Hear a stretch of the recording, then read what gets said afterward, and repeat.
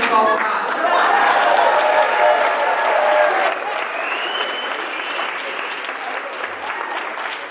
Welcome to the CD19 Democratic Candidate Forum, sponsored by.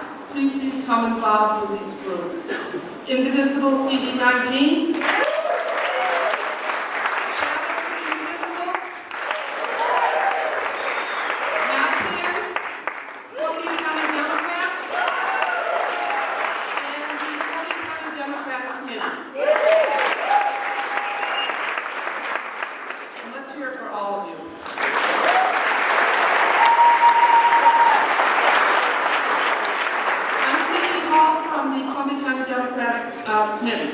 Now that the local elections are over, our election priority is to unseat John Faso.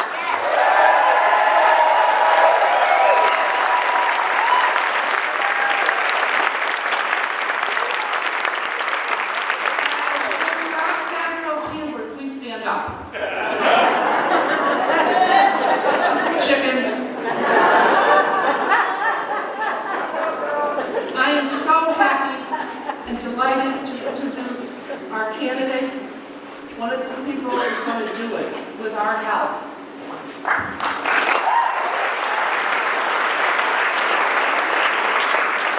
I just suggest that you clap a lot right now because we're going to ask you to hold your applause while the questions are going to be asked. It's going to be a long time before you can clap.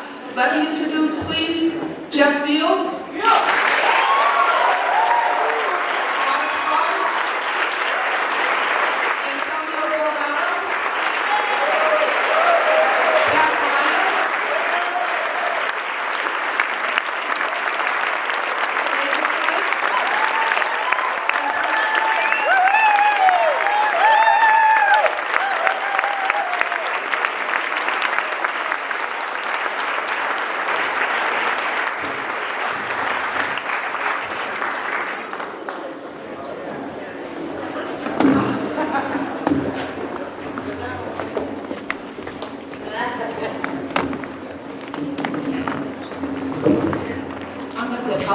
Gee, I wish we had a couple of minutes up here.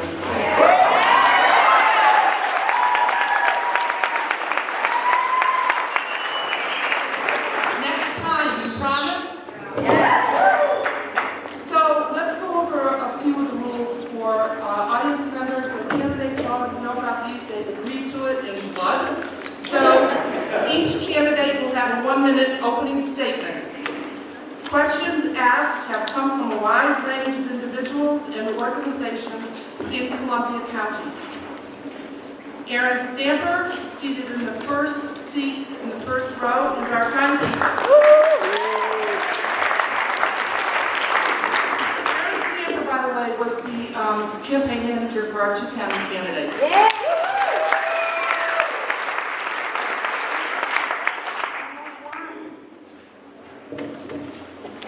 So she will raise a yellow card. Would you raise that, Aaron? When there are 30 seconds left on an answer, and a red card when candidates must stop. Gentlemen, there will be a 1-minute closer. We would ask the audience to hold their applause until the end of the forum so we can get to as many questions as possible. This is a first that I've known about. At the conclusion of the forum, and also great for all of our voters, the candidates will be happy to greet you in the lobby area. They have agreed to stay for an extra hour, so you'll have a chance to meet them up close. Please welcome our moderators, Pam Klein, Democratic Chair for the Town of Livingston, and Chair of the CCTC State and National Committee.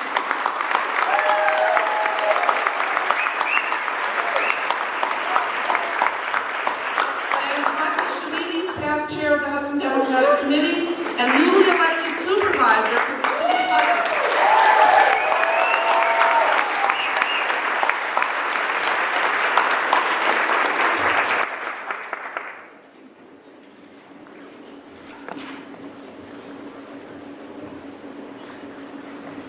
And we'll start with Jeff Beals' 1-minute opener.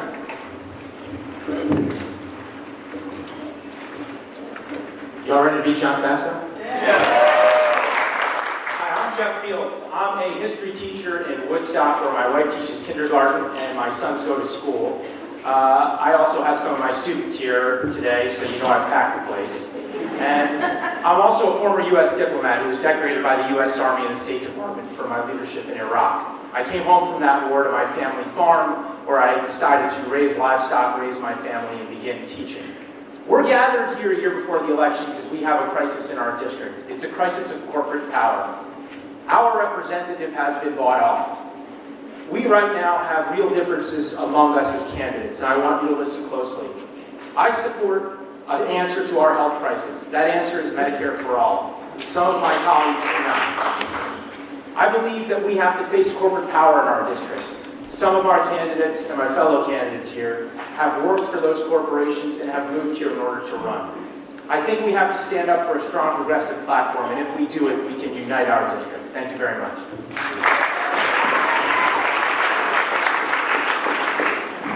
Well, thank you, Cindy. Thank you, Pam. Thank you, Michael. My name is Garrett Rhodes, and I also want to thank Mayor Rector for having us here in Hudson. Your mayor-elect. Let's hear it for your mayor-elect.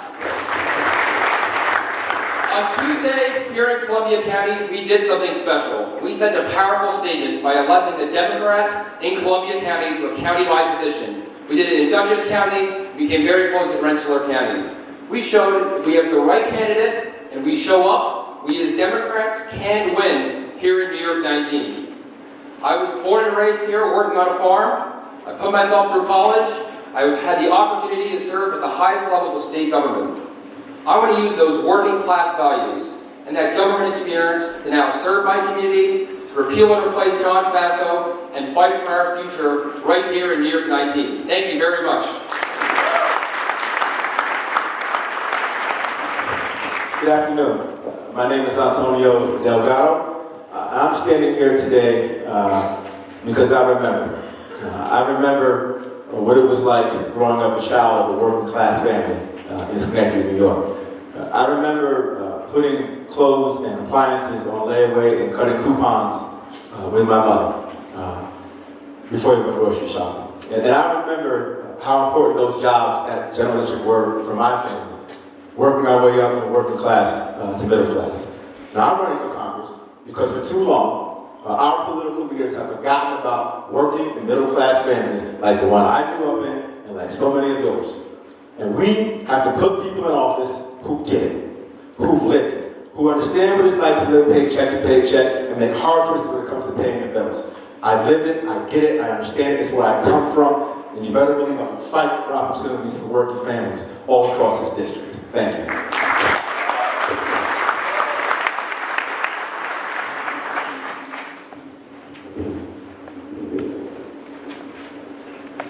Good afternoon. That's loud.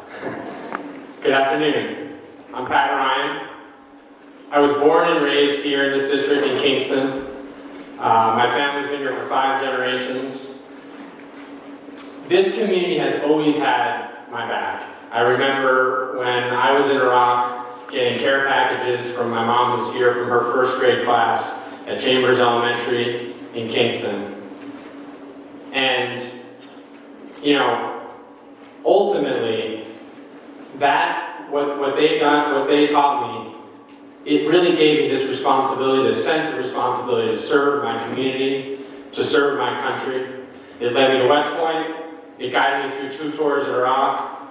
It inspired me to start a tech company. The reason we're here today, though, is because we are at an inflection point in our country. It's a time when we need real leaders to step up. We have seen that John Faso has consistently put community and country behind himself. We need a leader who's a proven record of putting community and country first, and that's why I'm running. Thank you.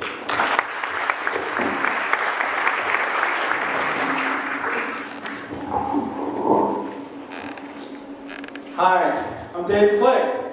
I'm your neighbor from across the river for the last 36 years. I've dedicated my life to helping working families. I've done everything I can to fight for the little guy. I've got a different skill set. I'm a trial lawyer and I'm an ordained deacon. As an ordained deacon, I do community ministry. that involves mentoring young men and women and helping homeless people and feeding the hungry. As a trial lawyer, I've defended the people, the working class people of this community for the last 35 years against powers that be, against big corporations, against big insurance companies, against powerful interests. And I've won. And I've won because I have right on our side. We have right on our side. John Faso has only the interests of the rich and the corporations that he's following. He's voted only to help them and not us. With right on our side, I can take him down. I can take on the big public interests, and I can find a way to beat John Faso. So thank you.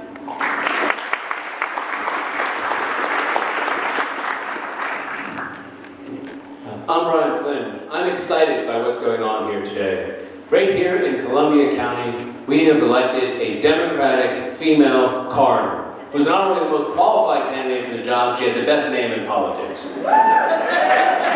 We've been in this fight for decades. My fight began when I was 19 years old, when my older brother was killed by terrorists, and I've been fighting for justice ever since.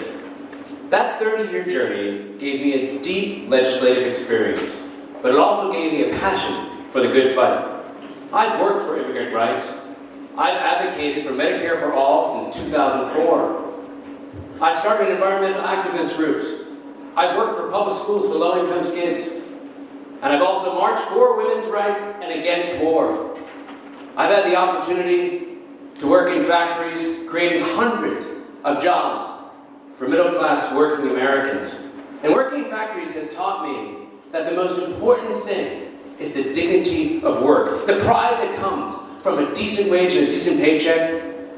We as Democrats, we can be the party for the American worker, once again, because we believe in an America that works for all of us. Thank you.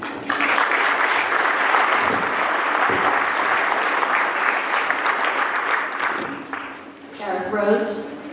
Teachout and Eldridge, the two previous Democratic congressional candidates, were criticized as outsiders.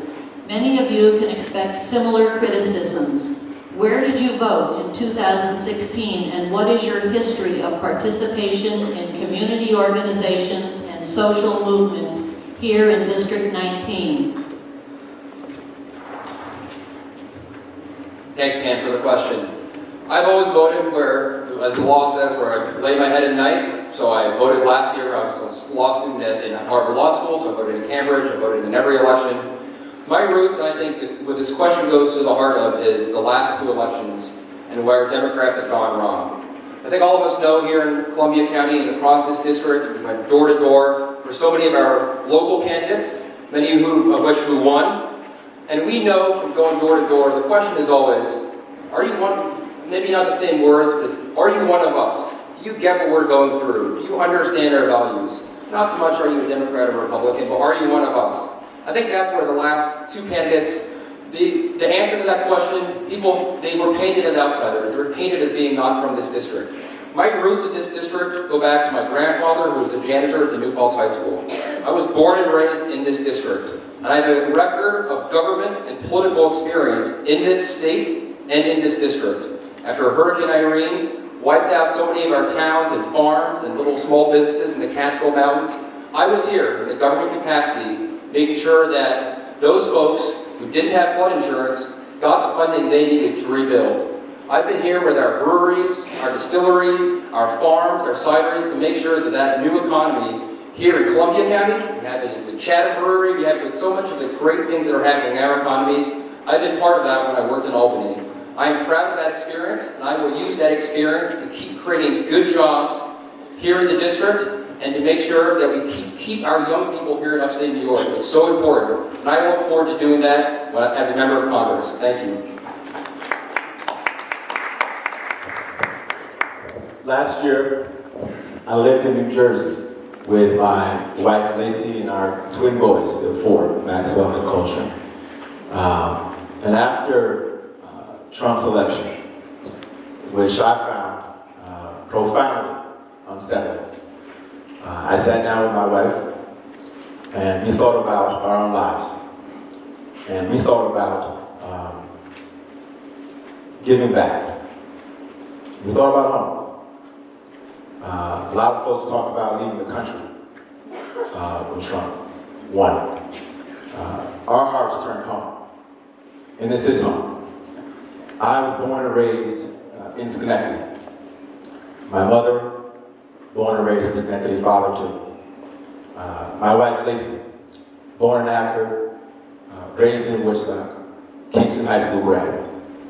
Her mother, small business owner in Saugerties, father, local accountant in Kingston. My parents, now retired in Schenectady. When we thought about coming home, we thought about our kids. We thought about our parents. We thought about the values that we were raised in this area: integrity, accountability, compassion, empathy, service. This was about coming home. And whether or not I win, and I intend to win, we're not going anywhere. There's no home anywhere else. Our kids go to school here. Our roots are here, and we're standing here. And I'm here to fight for you in any way, shape, form that I can. Thank you.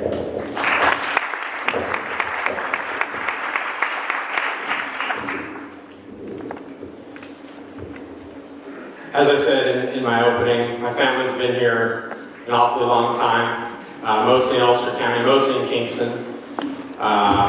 In the last election, I voted in New York City, where my wife and I were living, primarily because she got a great job working on healthcare policy, based out of New York City at the Greater New York Hospital Association, an issue that we all know is extremely important here for us in this district, across the state, across our country. But similar to what others have said, I ultimately felt, and I remembered, who has had my back when I've been in tough times. And I told the story of my mom's first grade class sending care packages. I could tell probably 500 other stories of friends and neighbors and family members writing me letters, people I knew, people I didn't know, from this community when I was deployed, when times were hard, when we were losing folks. And that meant so much to me. And so in November, on November 8th, 2016,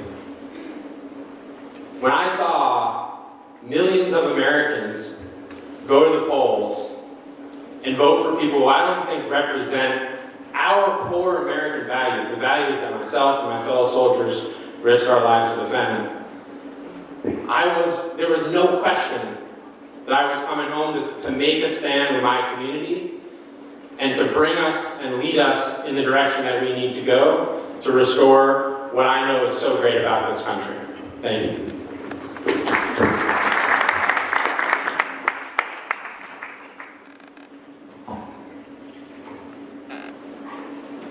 So this was my 36th year in a row that I voted in this district. So I've been here a little while. If we go back 10 years, I was on the Board of Health for Ulster County. Is that bad? Is this better? Yes. Sorry about that. Didn't sound that good to me. I've been on the Board of Health about 10 years ago, and we were doing substance abuse recovery, just at the beginning of the opioid problem that's continued on until today. I was working with the Rip Van Winkle Boy Scout Council. I was working for the soup kitchen in Caring Hands and the food pantry out of my church that serves 200 families a day. I was on Family of Woodstock, which, if you know, does the homeless shelter and the women's shelter and does child care and does after-school education and does 100 other things in Ulster County, and also here in Columbia County. I'm on the Human Rights Commission right now, and we've been, over the past 4 years, working to make restorative justice the approach of each school in our school district. Restorative justice to stop the school-to-prison pipeline. So I've been invested in this community for the entire time that I've been here, for the 35 years. And I love this community. I think we have tremendous potential.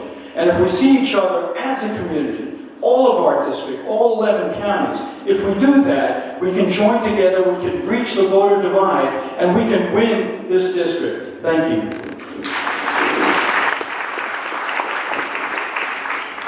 In 2003, my wife Aunt Amy and I, like many people, decided we wanted to move out of the city.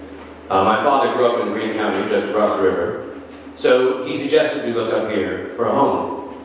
Amy and I come up here for a weekend, and right away, we fell in love. Amy grew up in North Dakota on a small farm, and we were looking for a place that had that sense of community. And when we came to Greene County, we found a place that had the sense of community that we craved. So, we started spending as much time up here as possible.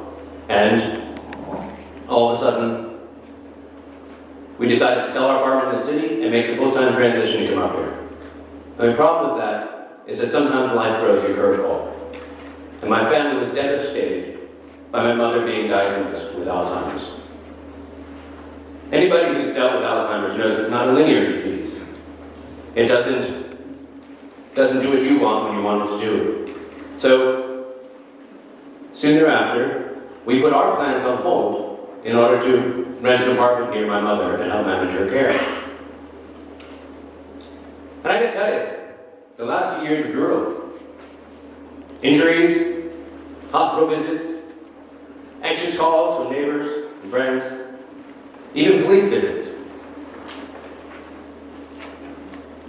And I gotta tell you, my mother was a force to be reckoned with. She's my inspiration as an activist. She's the one who taught me what it is to fight. So, we were able to eventually find a care solution for her. Most recently, and that was only about a year ago. So we were able to move up here full time. I gotta tell you, I mentioned earlier my brother was taken away by terrorists. My mother, my hero, has been stolen by Alzheimer's. But I gotta tell you, we feel so blessed right now. We've been in our community in Hunter Tannersville for 15 years.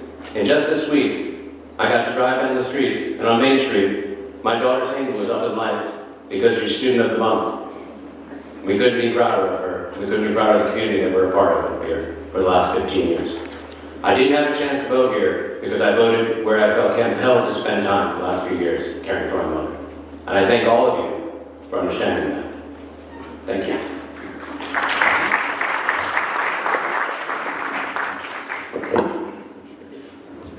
I voted here and against John Faso in the last election. I'm so proud to run against him now, and I taught a civics class on the last election, and part 2 of it is taking a strange turn for the people in my class, and some of those students are here. After that last election, a lot of people in my community came to me, and we talked about what had gone wrong. For the last 2 straight elections, we have run candidates who moved here in order to run. We have run candidates that didn't have U.S. government experience.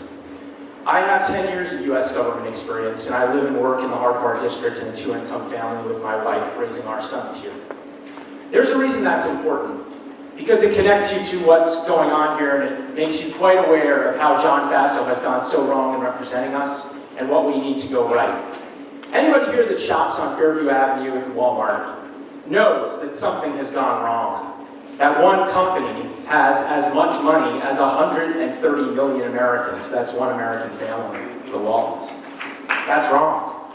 Anybody that's here knows that most people are not getting by even on one salary. I was with some young men in New Lebanon in a mobile home park recently, and one of them innocently asked me, is it normal that I should have to work 2 jobs in order to get by?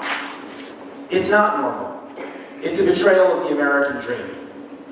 We have to stand up for that dream as a party of working people, and we can do that because we were that party for a long time. We weren't a party of corporate baggers. We weren't a party of carpetbaggers.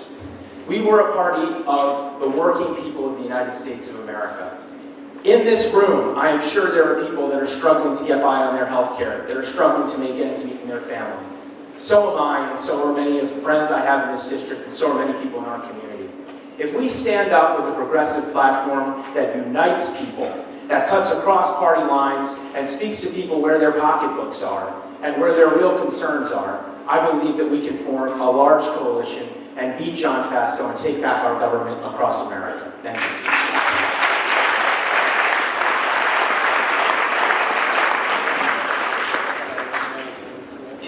In the wake of white supremacist violence, Trump said that there is blame on both sides. he has encouraged police brutality and consistently criticized immigrants. Meanwhile, Black and Latino students are more likely to attend poorly funded schools compared to white students. Black and Latino offenders sentenced in state and federal courts face significantly greater odds of incarceration and also receive longer sentences than similarly situated white offenders. And Black workers are paid 10 to 20% less than white workers with similar characteristics. All the while, John Faso has been quiet on the subject. How will you be different, and how will you address these issues? And Antonio, I'll start with you. It's funny how things work. The last forum, there was a question of this exact nature, and I just happened to be the first person asked as well.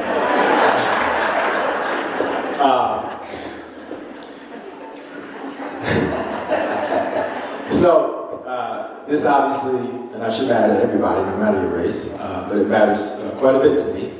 I grew up, and anybody who knows Schenectady, in Hamilton Hill.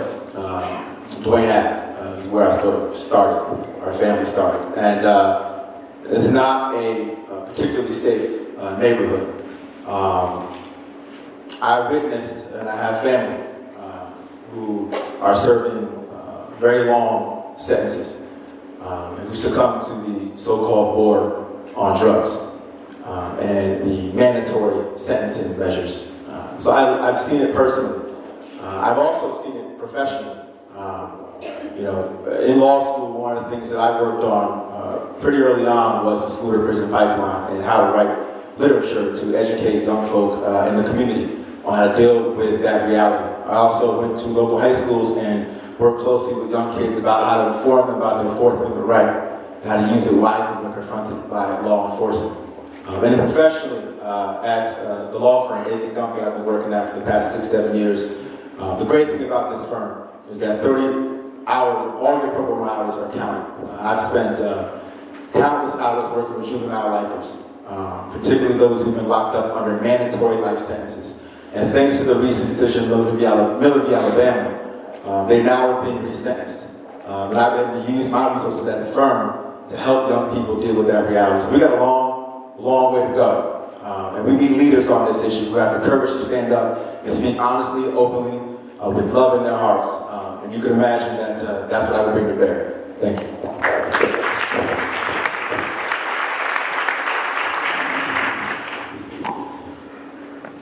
We've always been the party that is open, that is welcome, that invites everyone, but not just invites everyone, but that stands up for them and represents them and fights for them and recognizes that it's been a centuries-long struggle in our country to actually achieve the ideals that were laid out by our founders. We all know what those bold aims are, but we all know we're way too far from getting there. And I thought we were making progress. I think a lot of us felt we were making progress. And in the last year, this is scary, scary stuff that we're seeing every day across the country. And again, this is about leadership. When something is wrong, we were all taught this. I was taught this as a child. It was reinforced to me from day one at West Point. When something is wrong, you stand up and you call it out and you don't stop until it gets fixed, until it gets changed. That's what we deserve here. That's what every single American deserves, our elected officials and leaders who will do that and take that action. Faso, on all of these issues, has taken the same approach he's taken to this job from day one, which is, where the heck is he? He's got an opportunity to lead, to stand up for his own constituents, to bring us together. And he keeps failing to take advantage of these opportunities. That's what we need, a real leader in this moment of crisis and challenge for our country that I know we can get through, but that will be difficult.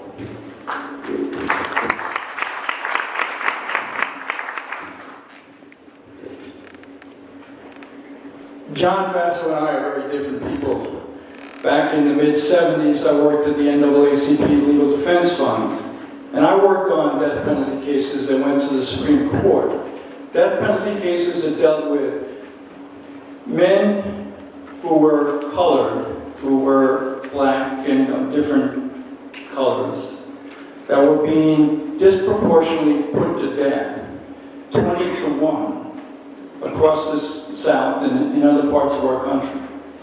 I went on to work for the Native Americans in western Nebraska and South Dakota, and I represented, again, people of color, people who are being oppressed and ridiculously put into prison and unfairly treated at every level, at every institution. Since that time, I have worked for civil rights throughout my career. I have represented people who have been discriminated against because of their color, because of their sex, because of their gender. Right now, as I said, I'm on the Human Rights Commission, and we've been working for the last 3 years to do the restorative justice approach, which will prevent the school-to-prison pipeline. Because disciplinary codes that are zero tolerance wind up taking persons of color, persons with disability, and creating a disproportionate amount of suspensions and expulsions that lead to finally going to prison. So we're doing everything we can to work against that. And I'm going to continue to work on that. And I believe in civil rights. And I believe in equal rights for all persons. And I believe you have to stand up for it. And that's something John Faso simply doesn't do, won't do. And I think he sees it perhaps as part of his constituents that he doesn't want to offend. We have to speak the truth. And we have to talk about implicit bias. Because people don't realize that implicit bias is there even if they don't want to believe it. So I think we can make a change, and leadership is what counts. Thank you.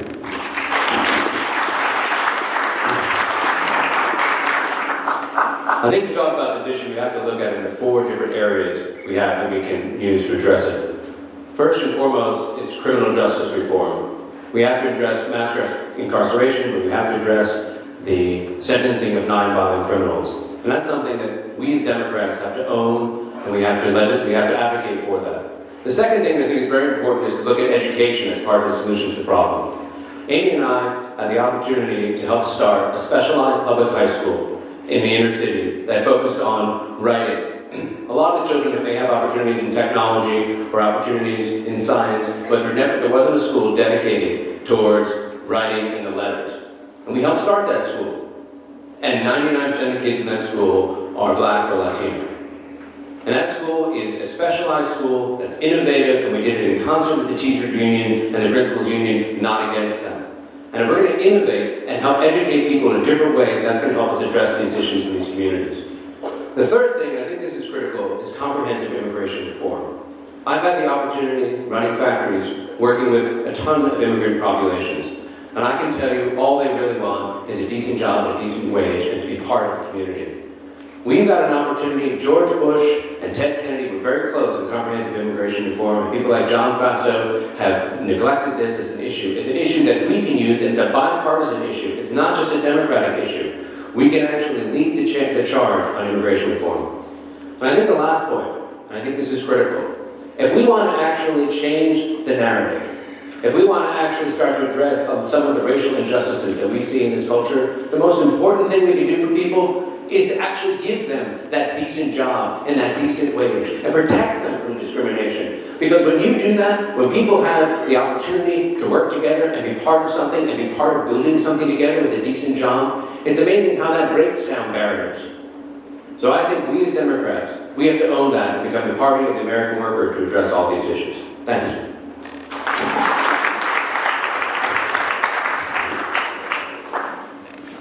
Racial justice and civil rights are at the core of the American dream and the American identity.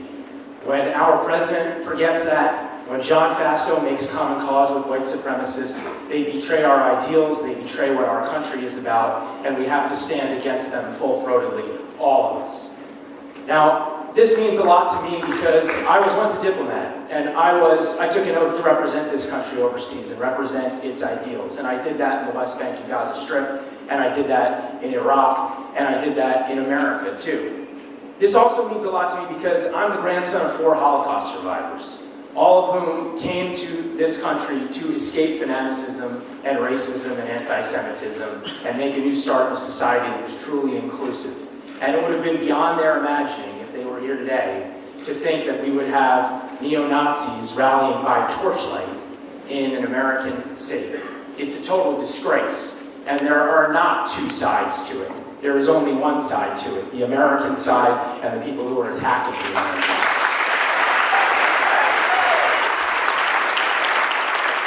And I know there's somebody living here because there are 2 realities in our racial system, in our justice system, that are faced by people of different races. One of the great victories on Tuesday was won by a friend of mine, Giancarlo Laverius, who lives in Poughkeepsie and has seen more than 20 of his own friends lost to drugs, lost to violence. And he stood up to run, and he won.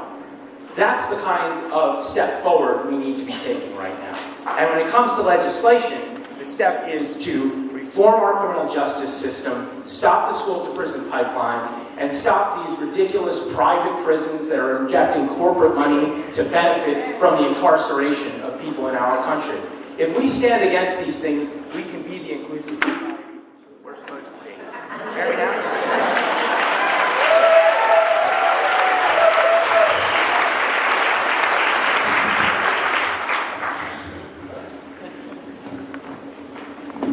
I remember at a very young age when George Pataki was elected to governor, getting in a bus in Kingston. All of us got in those buses, went to Albany, and protested the death penalty. I know there's folks in this room who were on those buses when we protested it. After the Charlottesville incident, standing in Kingston with so many folks, people who I see here in this room, standing up and saying, here in the Hudson Valley, we have absolutely no tolerance for what's happening in Charlottesville and other communities across America. I think it speaks to John Faso and also the current regime in Washington to see what's happening with Trump's statements regarding the NFL, to see Faso's silence after what happened in Charlottesville. And being silent is almost like being complacent. You have to be on the front lines, being a voice in the community and standing up for what is right. And I would say this is not racial injustice, is also very closely tied to economic injustice. And I'll say this, and I remember coming to Hudson dozens of years ago, driving down Warren Street and seeing all the plywood and things boarded up. The Hudson of today is a completely different place, and it is excellent and so great. I want to make sure that the progress that we've made on Warren Street goes back to Columbia Street. The progress that we've made in Wards 1 and 3 happens to Wards 2 and 4 as well.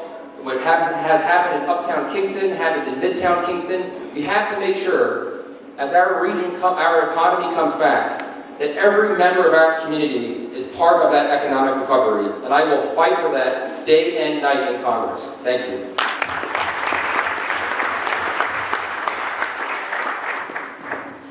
What are your ideas for improving economic opportunities in District 19? How will you address underemployment? Beginning with Pat. Thanks, man. And I think you got it exactly right. Underemployment, or too many people that I've met traveling around the district who are working 2 jobs, 3 jobs. I met a family that between the 2 of them were working 4 jobs to be able to make ends meet. There's one story that I think sums it up for me. I was out canvassing ahead of the local elections, met this young woman named Jessica, a neighbor of mine in Ulster County, and she told me about the fact that she had a part-time job, wasn't making enough money to put even food on the table. But the day she said that they got health care coverage under the Affordable Care Act was the day, she said, the single most life-changing day for her and her family. What she did within a week of having that weight lifted off her shoulder, that worry that she was always going to be living paycheck to paycheck, she went back to community college. She started improving herself and had the ability to take that leap. She would not let me off her front porch for 45 minutes that day until I understood how important, how critical, how devastating it would be were we to take that healthcare away. So I think that fighting for healthcare is a huge part of creating economic security for everyone here. The other two things that I think are absolutely critical to get our economy going.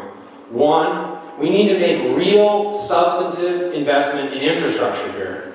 Broadband, rail, particularly rail up the west side of the Hudson River. We already have rail that needs to be improved on the east side of the river. That would be game-changing. The other piece, our education system is completely outdated. It's from a bygone era.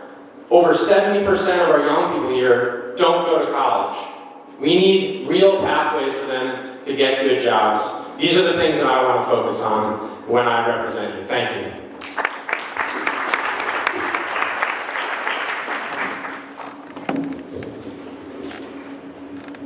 I am extremely excited about the potential of our district and all the opportunities that are out there.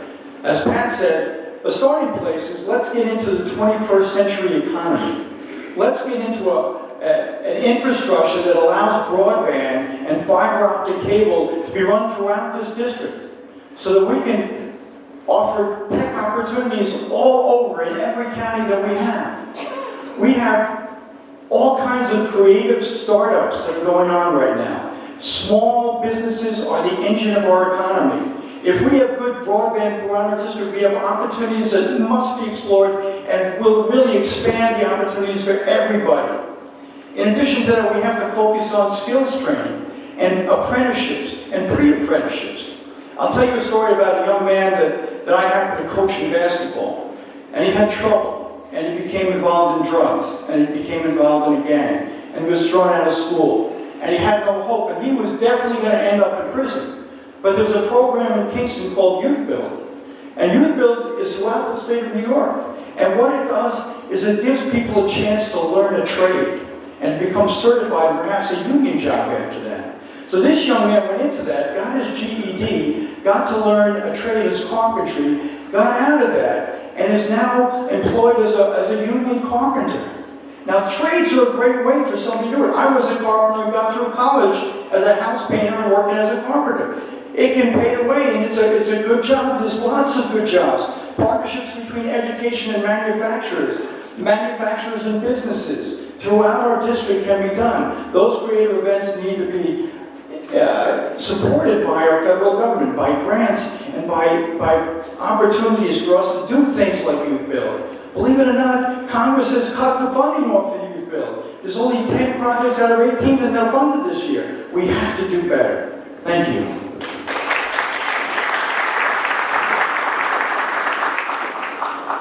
We did a survey recently, and not surprisingly, the number one issue that is concerning the people in this district is underemployment and job creation, and it's exactly why I'm running for office. We have lost the ability to be the party of the American worker because we haven't paid attention to it. And we have a great opportunity right now to win back the American worker with a bold, big ideas, because guess what? The workforce has been completely disrupted by artificial intelligence and automation. 47% of jobs are at risk for automation and artificial intelligence. That's why I'm proposing a $300 billion Marshall Plan for the American worker, starting with training and retraining the existing worker, changing our education system so that train people that jobs that exist today. Right here in Columbia Green Community College, we have an unbelievably successful program called the Toyota Dealership Program, where it's a work-study program. In 2 years, you get an associate's degree. You learn how to work on the modern cars of today, and you come out of there with a good-paying job in 2 years, and you also have a degree. That's the type of training and investment we need to make. At my company, we were able to upskill employees. We invested in automation. I said, stop doing the automated work. I'm going to teach you how to work this machine, and I'm going to increase your pay. And someone like Juan went from making $15, $16 an hour, now he's making $55,000, $60,000 a year, and he owns a house. That's the type of things that we can do as Democrats, and we can lead this transformation. The second thing is when you invest in digital and transportation infrastructure, because that has a multiplier effect in the economy. Third thing we need to do, great opportunity for job creation, is green-collar jobs. That's why I'm calling for the Climate Conservation Corps. We need to invest in renewables as a job creation mechanism. The next opportunity is in healthcare. In this district, healthcare is the largest employer by far. And it could be, and when the Affordable Care Act was passed, it created 500,000 jobs throughout the country. I'm proposing what I call the Home Health Corps. We take underemployed people, we have them take care of people in their homes, increase their wages, and reducing the cost of healthcare and giving them meaningful work. We can do this with a big, bold ideas. We can actually come up with plans that bring the American worker back into the fold of the Democratic Party. Thank you.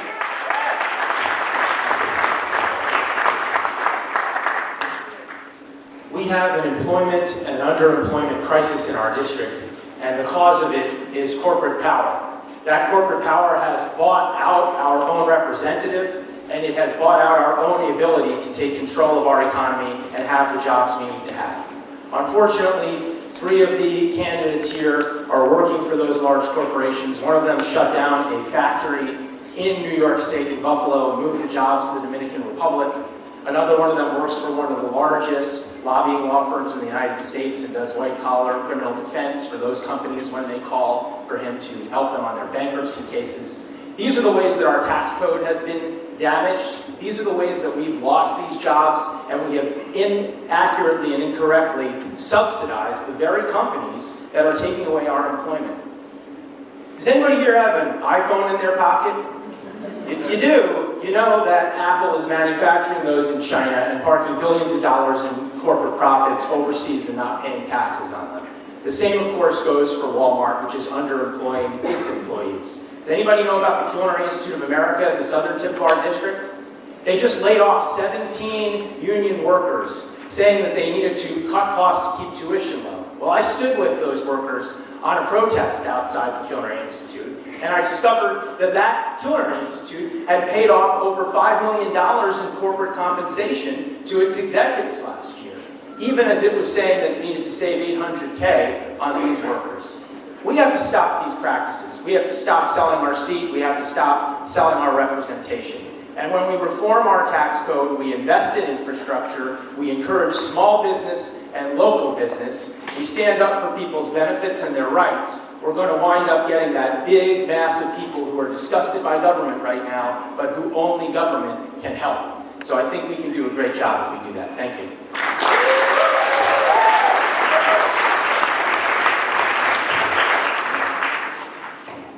I know from personal experience how difficult it is for a young person to find work coming out of high school right here in New York 19. I know that because I grew up working on a farm in Ulster County. After Kingston High School, a lot of farm kids, as you know here in Columbia County, don't go right to college. I didn't. I went out and got a job drilling water wells.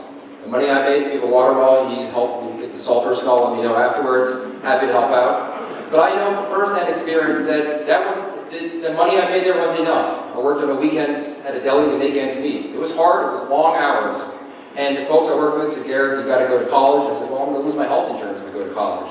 So I took a couple years without health insurance, but I managed to get a college education, put myself through college. And that experience made me want to laser focus when I worked in government on bringing jobs to this community. And I did. We brought up farmers, we did roundtables in Albany when I worked in the governor's office. We brought folks together and said, how can we cut the regulations, reduce the burdens in our small businesses here in the community to grow? New York State used to be #1 in the country for hops, #1 for barley. You couldn't find it anywhere in New York State 10 years ago. Now we're one of the top producers because we incentivized our breweries to use New York State hops and barleys. And now farms like ours are growing barley, we're growing hops, we're selling it. That's jobs for our young people. I want to keep bringing that innovation in government to New York 19. And because this is a political crowd, I'm going to talk some politics a little bit about why I think this is a good idea for Democrats is, look what happened in Virginia when we got our young people out to vote. 18 to 34 came out in historic numbers. If we turn out young people in New York 19 like they did in Virginia, this race is going to be a wash. We're going to get rid of John Faso. By 9 p.m., the returns will be back. Let's present a vision for our young people to keep them here in upstate New York with good-paying jobs. I know what it's like. That's why I'm going to fight for it, and that's how we're going to get our youth out to the polls and win this election next year. Thank you. So, economic opportunity, rural economic development, this is a critical focus of mine, and it's certainly something that is a central part of my platform. particularly because I understand how important jobs are. I lived it. You know, I watched my parents go to work every single day, and how we worked our way up from working class to middle class. So it was a life-changing moment when we bought our first home in high school, in part because my parents had good, secure jobs. The kind of jobs you just don't see enough of these days. Now, when I look at the 19th Congressional District, a fact that I think a lot of folks don't understand, or at least one that I found interesting, is that New York has one of the third largest rural populations in the country. We have to figure out how to leverage our natural resources here. And one of the biggest natural resources is our ability to grow. We have the capacity, as seen through all of our local farming across this district, to really take advantage of a changing landscape in our food supply chain. What we've seen over the last 10, 15 years is a shift away from more sugar-based products to locally organic grown food. Well, guess what? That's our advantage. And we can really maximize that with real local investment. And by investment, I mean investment in transit. I mean investment in roads. I mean investment in regional distribution and processing plants. It also means not underutilizing our federal resources, not just the Department of Ag, but the Transportation Department, the EPA, bringing to bear all of our resources to invest in our infrastructure and similarly invest in our workforce. And by that I mean retraining them for the jobs, not just in the agricultural space, but also in the high-tech manufacturing space, and like Mr. Flynn said, focusing on renewable energy as well. All these areas, all three of these areas could bring real growth to 19.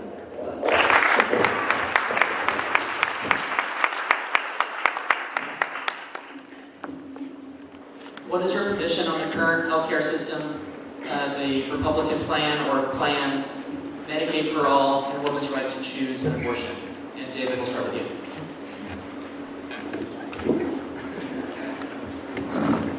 I'm in favor of Medicare for all. Right? I've talked to my doctor friends, I've talked to my economist friends. Everybody tells me it would be better, it would be a plus, plus, plus. We would save $400 billion in wasted administrative costs alone. That could be devoted to health care. We would transform the medical system that we have. And we bring fairness to it, and we actually would be able to take the pharmaceutical industry and bargain with them. Right? Right? We could actually pay maybe something like the Canadians pay for the medications that they have, which are like 1/5 the cost of ours.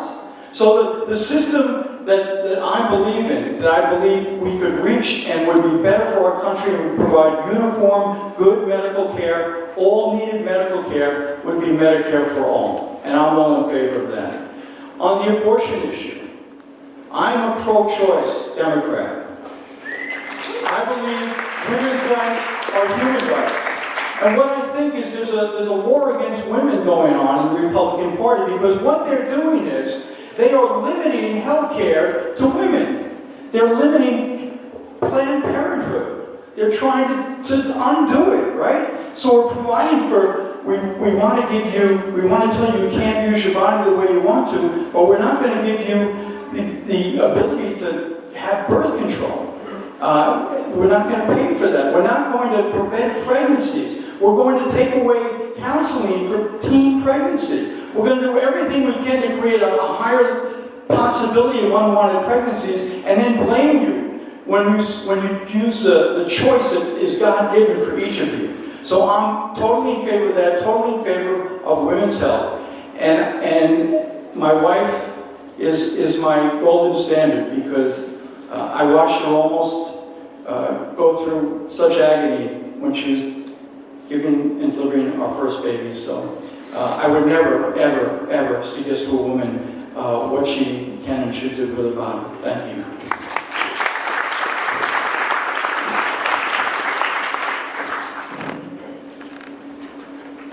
In 2004, when a group of us thought that the Democratic Party was rudderless and lacking direction and a mission, I know that's hard to imagine, we got together and formed an activist group. and Kirsten Hildebrand worked on that group with me. And Kirsten and I were responsible for coming up with our Medicare policy, and the top of our group, the Democratic agenda within the AMBAR group, the top of our thing was universal health care, Medicare for all, back in 2004, and I've been an advocate for it ever since.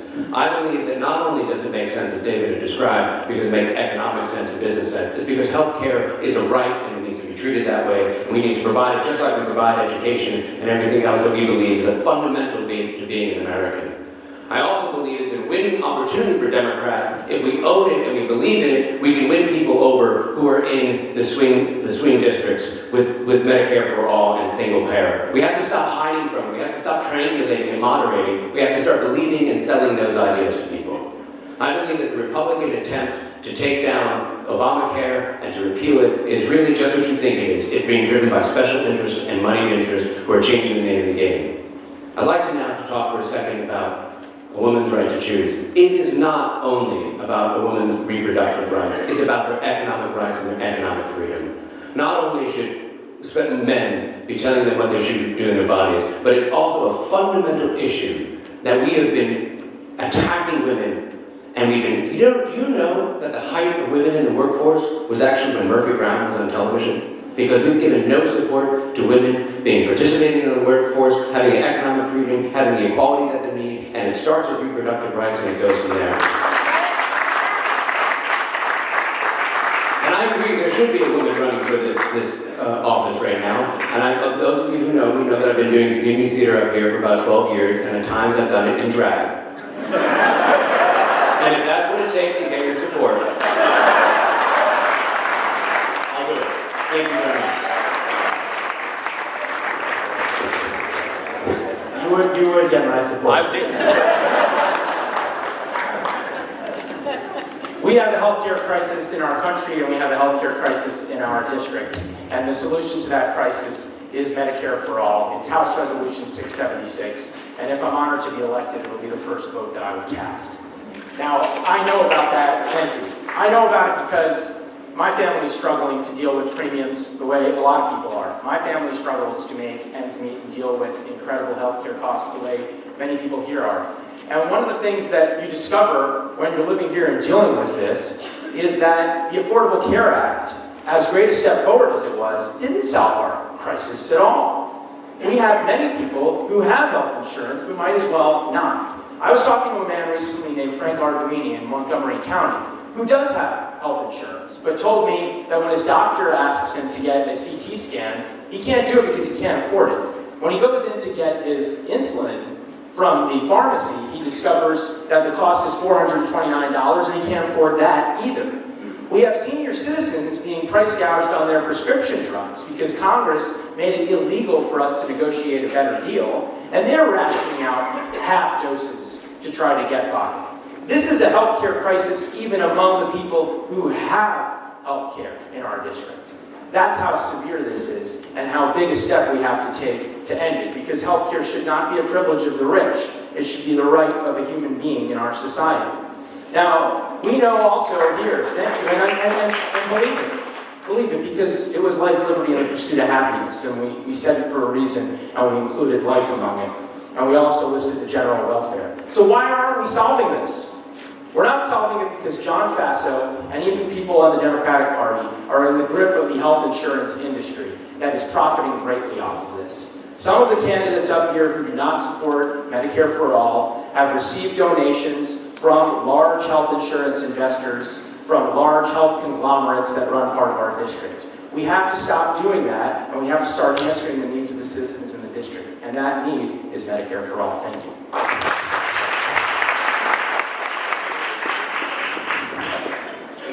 You can't argue with the numbers. We spend more on healthcare than any other nation. We're 37th in results. 18% of our economy goes to healthcare. It's half in other developed nations.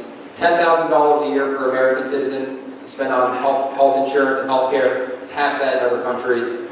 On the numbers, the answer is Medicare for all. It's that simple. And don't let John Faso say we can't pay for it. The bill that his party is putting forward would add $1.5 trillion to our national debt. we can pay for this. We already are paying for it. 18% of our economy is going for it. So I think the answer is there. We know the system we have to work toward. And you will have my voting, not just my vote in Congress, I will be a fighter for Medicare for all once in Congress. A woman's right to choose, I'm 100% pro-choice. And I think, but to me, this issue is, I grew up in a very conservative family here in New York 19. My father now is a pastor at this church part-time, and they feel very differently than I do. So this issue has definitely caused me personally as well. But I was proud when I worked in the governor's office. We got in a bus, looked like my RV out there, went to every county in the state, trying to put Roe v. Wade into state law. But what I think is important with this issue as well is we can't sacrifice our principles. We have to be able to go to the other side as well. This is a district that Trump won by a number of points. Republicans have won this district. It's been used as a wedge issue.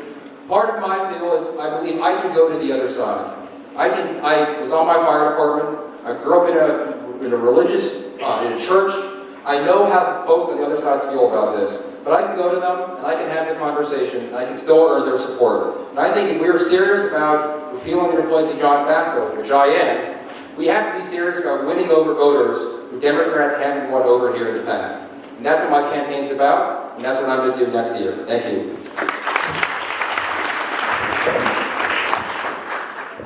I really wish, and maybe I'll talk about women's rights in a separate question altogether, because I have a lot to say on that subject. But pro-choice, we should fund Planned Parenthood, equal pay for equal work. These are unquestionable and should be pursued and done at all times. And the fact we have a congressman who called Roe v. Wade a black mark on the country, who's decided to vote, I think, 4 or 5 times no on equal pay for equal work, and has decided to defund Planned Parenthood, disqualifies him at the start. Now, on the question of healthcare, I want to talk about my mother for a second. She was diagnosed with rheumatic fever when she was 7 years old. Almost lost her life. They read her last rites. She survived by the grace of God. And she also, though, succumbed to a heart condition.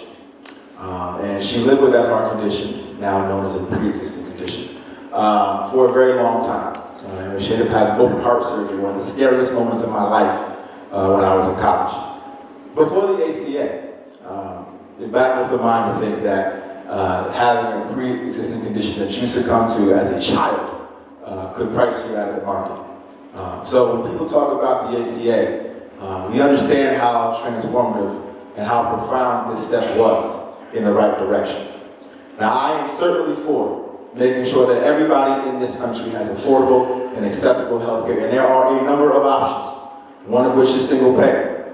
One that I particularly like and think is viable is opting into Medicare or Medicaid. I would encourage you all to look at Senator Schatz's bill in the Senate, or plan, I should say, giving folks the option to opt into Medicaid. The advantage there is that Medicaid actually already negotiates drug prices with the pharmaceutical industry, which is critically important. That floor will drive down premiums, it'll drive down deductibles. But we've got to stop this practice of price gouging that is done by the prescription companies. Thank you.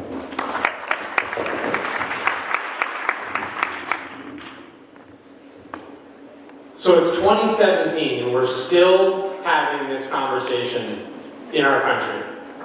This is unacceptable. We're one of the wealthiest countries in the world, yet the story I told of Andrea who would not let me off her front porch without telling me, making me feel in my bones how critical healthcare was for her and how liberating that security was for her, that we're still having this conversation. This is not a political thing. It's just the right thing to do to ensure that every American has quality, affordable health care. That's it. That is the principle that we all have to set. That is the principle that we have to stick to. And we as Democrats, I think, have a real opportunity to come together around this bold vision and actually lead, because the Republican Party has no alternative. Their alternative is to take health care away from people. And they're afraid to just actually come out and say that that's actually what they stand for. So with that principle of universal coverage that's quality and affordable, we also have to understand that we need to create a system that is sustainable. A system that will allow us to guarantee this critical right in perpetuity for our kids and grandkids and future generations. So I think this is an existential challenge for this next generation of political leaders to figure out what is the right system that gets us there. I believe that, as Antonio said, there are a lot of great options out there. I particularly like Senator Chris Murphy's proposal, which starts by extending, lowering the Medicare age down to 55. I also really like, it's a no-brainer that we have to give ourselves both negotiating power with pharmaceutical companies. And I know I'm running out of time on women's issues. 100% pro-choice. Again, this is morally right, and it is something that we have to stick to our guns on. We have to stand up. We've seen it increasingly under attack. We saw Faso's broken promise on funding of Planned Parenthood, and that cannot be allowed to stand.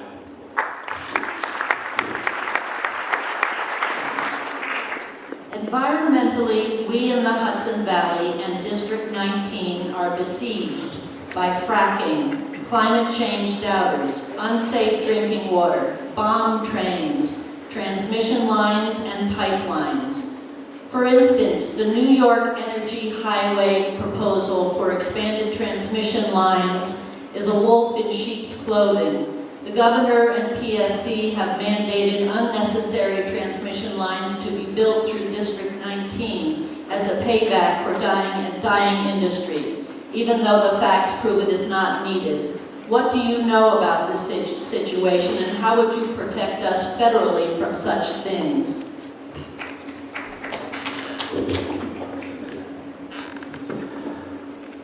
Fortunately, I've been an environmental activist for the better part of 30 years. When I saw the Bush administration selling out the fossil fuel industry, I upped my environmental activism and helped form an organization called Environmental Entrepreneurs. And that organization looked for private sector solutions with public support. So for example, as a business person, they asked me to come and testify before city councils about the need to allow hybrid taxis into New York City at the time. And they liked the idea that a business person came and saw about the economic and the benefits of allowing the hybrid taxis, not just the environmental impact, but also the economic impact, and we were successful in getting that legislation passed. Similarly, when we looked at the recycling problem, in New York it actually shut off recycling overall because of budget constraints about 15 years ago. A group of us business people got together and said it makes economic sense as well as environmental sense to recycle. So we commissioned a study and showed the economic benefits, and it brought back recycling to the city. When I look at what's going on in this district, and I was here during Hurricane Irene, and I was here helping our friends dig out from that devastation. Our communities rely on ecotourism. We rely on a stable environment. I live in Hunter Mountain. I live right around the corner from there. If we have too much more climate change, that entire community is going to be devastated. Right now, we have a lot of specific issues in our district that we need to handle, and we're building an infrastructure for fossil fuels that economically no longer makes sense. So my proposal is that we stop subsidizing the fossil fuel industry and we stop subsidizing the renewables industry. That's not only going to create jobs, but it's going to get us out of the situation where we're arguing over transmission from central locations and we have distributed power generation. Right now, for example, the Republicans are considering taking away a tax cut that enables solar companies to give a 30% tax credit, federal tax credit. That reduces the cost of putting solar in your home. I was visiting with Jeff at Hudson Solar, and he told me when that happens, we could destroy his business. The answer to the environmental problems here in this district are not only to fight them tooth and nail on the ground every day, but it's also to come with big, bold policies that get us away from the enslavement to fossil fuels. Thank you.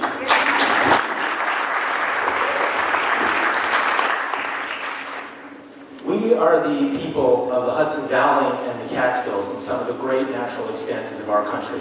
If we are not going to speak for the environment, then who will? I feel a little bit like the Lorax here, and my son Joseph, who I read it to, is being extremely well.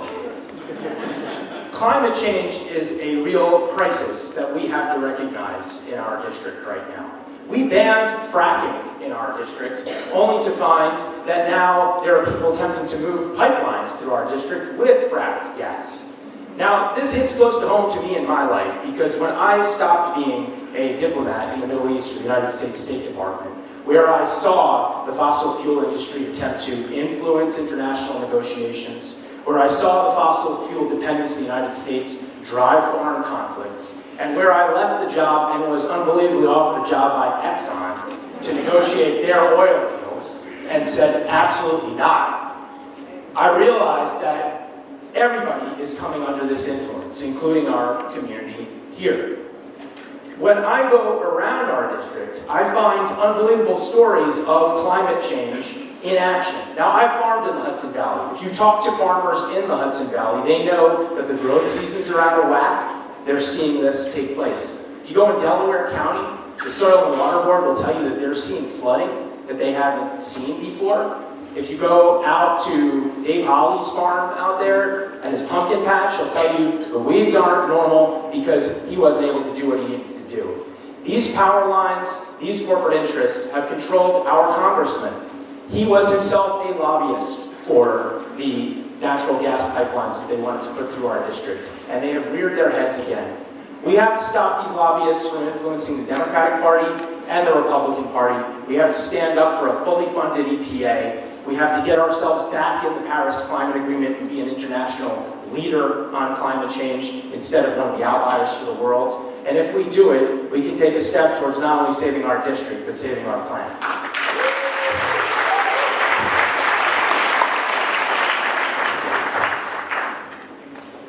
One of the reasons I love this community so much is we are the best activists, not just in New York State, but I think across the entire country. And I've seen it. I've seen it when they proposed the Iraq War. We stood up I grew up in Ulster County across the river with Maurice Hinchy. He stood up one of the first members of the Democratic Party to say no. I saw it here in Hudson when the cement plant was on the table, the amount of activism of folks right here in this room, what we did here. And I saw it when I worked in the governor's office on the fracking issue.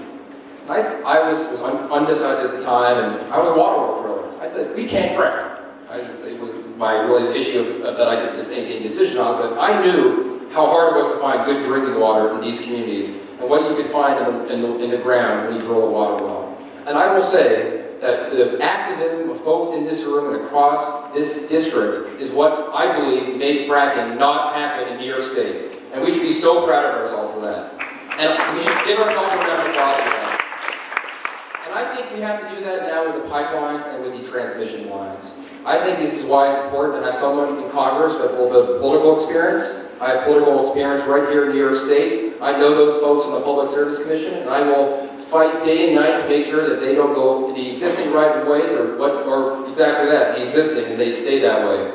And to me, like looking out, I see Doreen Davis here, and it reminds me of my upbringing, hiked every mountain in the Catskills. Back when I was hiking in the Catskills when I was a kid, the acid rain had just devastated the tops of all those mountains. The Catskills of today is a completely different place. You can actually fish in the lakes, you can fish in the streams. That's because of the Clean Air Act. Because of making sure the power plants in the western part of the country aren't polluted. The Republicans in Congress want to roll it back. John Faso said, quote, the Clean Power Plan rollback that Trump is proposing will have no effect in New York 19. Does he never hike in the Catskill Mountains? Does he not remember what the mountains used to look like? Of course he doesn't. He's from Long Island, so of course he doesn't. But that's what I will fight for in Congress. Thank you very much. So the climate change issue is one that really can drive you crazy because it gets to the heart of what we base truth on anymore.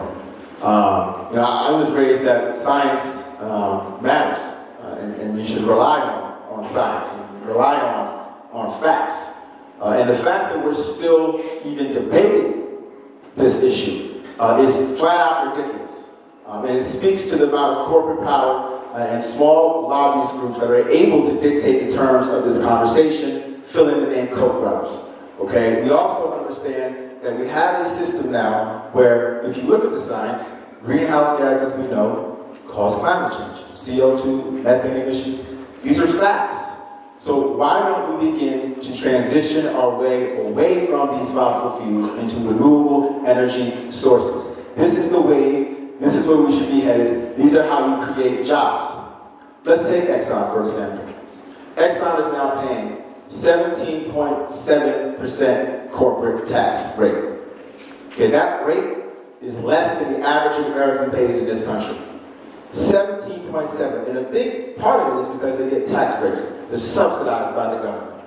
Again, how about we take those tax breaks and put them where we're looking for opportunities in the renewable energy space and encourage growth and encourage incentivization in these areas, because that is the direction of this country, that is the direction of this world. And the fact that America would pull itself out of the Paris Agreement. What happens to American leadership? What happens saying, here's who we are in this world. Here's what it means to think about the sanctity of this place, the beauty of this place, to care not just for each other, but to care about the world and our environment and life. Let's get back to that. Thank you.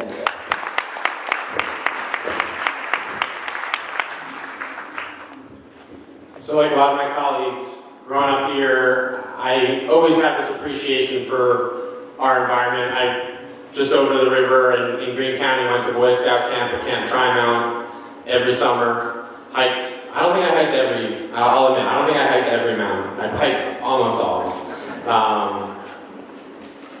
And look, this is one of our natural strengths, our environment. And I think we got to make two arguments here. One is moral, and one is economic. I think most of us in this room inherently believe that it's the morally right thing to do to protect our environment, to improve our environment, to pass on something better to the generation after us. But we also have to make, I believe, a pretty calculated, numbers, data-driven argument that there's a huge economic opportunity for us here if we can leap forward, move away from a centuries-old fossil fuel-based economy that does not benefit our region here. There's no good that comes from these pipelines, from transmission lines. There's really only risk and harm. And so it's on us to lead us into that new opportunity. I do think we can create jobs around moving to alternative renewable energy. I do think we can actually create a competitive advantage for us here in this area around it. And the last thing I'll say in regards to our opponent, Mr. Faso, actions speak louder than words. He's on the bogus, bipartisan, blah, blah, blah caucus that does nothing and writes a statement once a year. When he was lobbying for the fracking industry here in upstate New York, I was in Iraq, risking my life for this community and this country. We need leaders here who are going to actually put community and country first.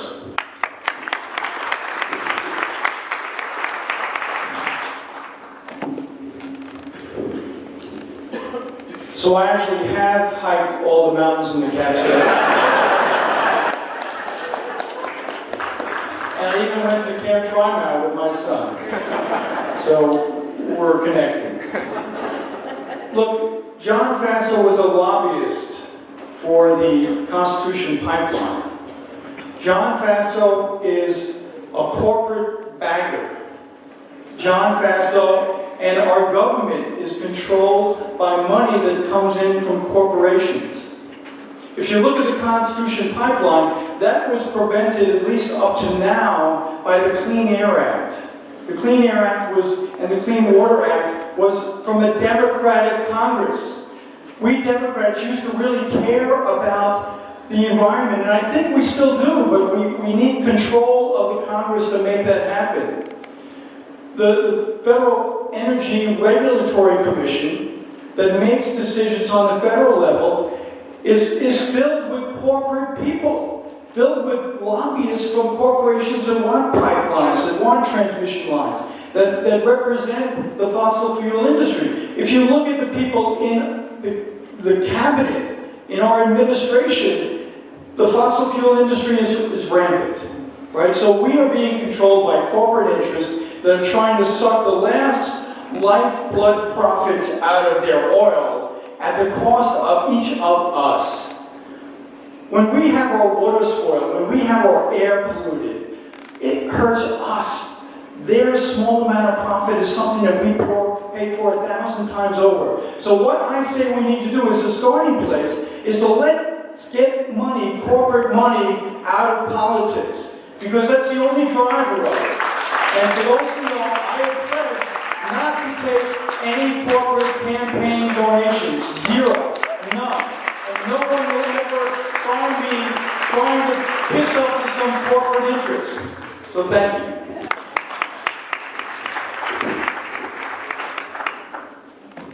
About 1/6 of the federal budget is spent on the military, defense, and homeland security. And safety is an increasing concern. How do we make a safer world? How do we protect the people of CD19?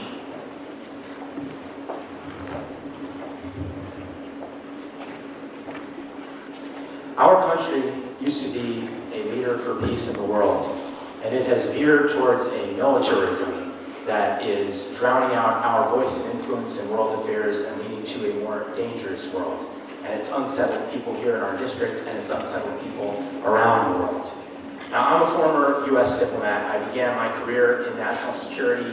I'm a child of the Clinton era. I'm 41 years old, and I thought the way to serve America, because we were doing so well, was to actually serve it in another place. And I worked on the Middle East for the CIA right through President Clinton's daily briefing the Secretary of State. And I went on from that to serve in the West Bank and Gaza Strip with my colleague Chris Stevens, who was the ambassador we lost in Benghazi before I was asked a year into the Iraq War to help our country get out of that conflict. And I went there and did that. What I see right now is a bloated military budget, a bloated national security budget that never ever achieves national security. I see a country right now, and there is no national security in the picture. I see a country 16 years into a war that has shown no ability to end, that has shown no clear goals. I see our brave troops misused. I see our diplomats demoralized, many of them my close colleagues. Ordinarily, an election in a congressional district like ours wouldn't necessarily revolve around foreign policy, but I think this one should. Because I think right now we need to put the focus back on diplomacy in our affairs, and I think we have a remarkable opportunity to put a U.S. diplomat in Congress, which is an unusual thing, to argue very strongly for funding the State Department, for leading role in international affairs and international agreements. And if we do that, we can avert the war drums that are beating louder and louder in our world and threaten to suck even more of the resources out of our country and out of our district. John Faso stands with those forces because he profits from them. Many corporations profit from them as well, but we don't benefit from them. And so I know that we can make that change if we become a voice for peace and diplomacy, and I hope I can lead us to do that. Thank you.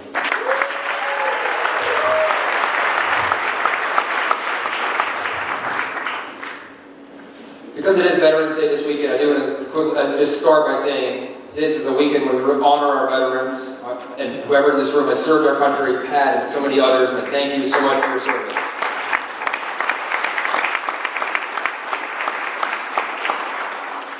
I know one thing that's definitely not working. It's not Twitter diplomacy. And that's what Donald Trump is doing right now. It's on his trip overseas, and he's opened on my Twitter account this morning to say something about one of our local soccer teams, and here he is taking shots at the North Korean dictator over Twitter. That's not how diplomacy should work. And how you look at what Representative Faso's role in this is. He sits on the Budget Committee. Trump has proposed a cut from $40 billion to $28 billion for the State Department. He hasn't filled so many positions in the State Department. These are the folks who are on the front line, making sure we don't go into war. And what is so important we don't go into war because of exactly what we said. We're spending a sixth of our economy on it. Our national debt is out of control, completely out of control. When my generation hits Social Security age, it's not even going to be there for us. We are going to spend 80 cents of every dollar that's going to be going to China. That's a national security issue unto itself. We have to get it under control. And we have, the Republicans and John Faso, they have completely lied to us on this issue for years and years and years and years. They have, for the first time in over almost 100 years, our national debt is now equal to the size of our gross domestic production here in the country. These are issues we have to get under control, and I think it's a way we can get our young people back involved in the political process, because it's so much in it is in it for them.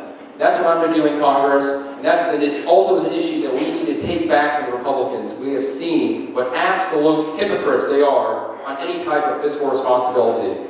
Although those tax cuts that are going to the very wealthy is being done on the backs of middle-class taxpayers right here in our community. I will fight against that in Congress.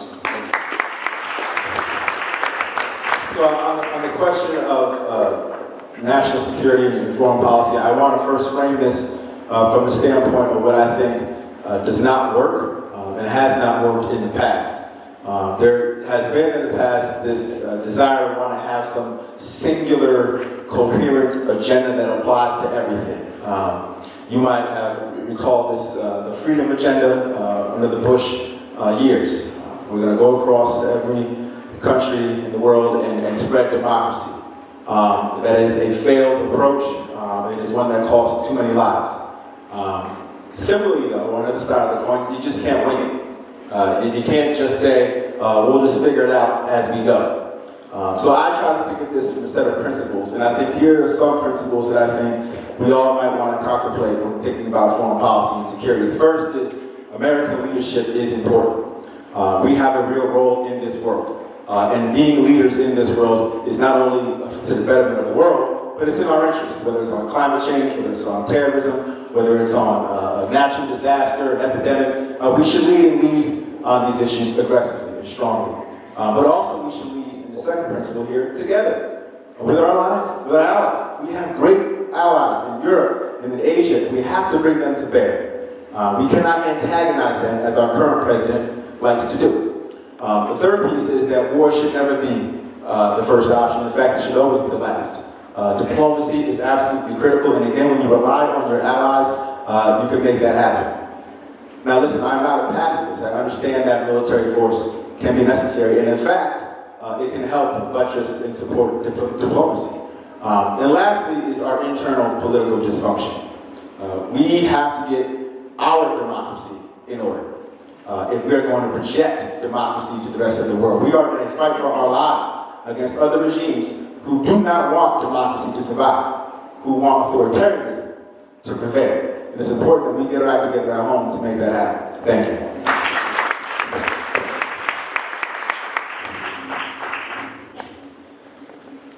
So this obviously, especially this weekend, this question hits home for me.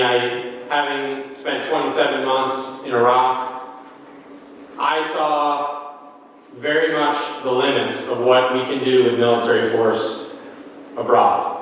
And I have taken that with me every day since, and I'll take it forward to whatever I do next. When I came home from serving in grad school, I studied to try to figure out what is a better solution.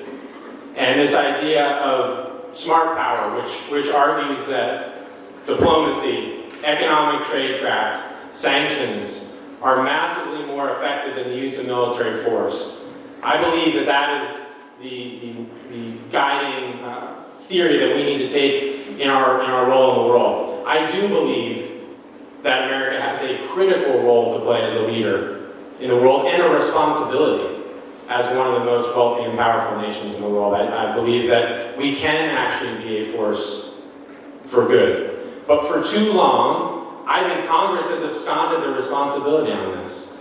When you read the Constitution, it's the U.S. Congress that has the responsibility to oversee decisions to use force and military force and to fund our military. And we heard the numbers.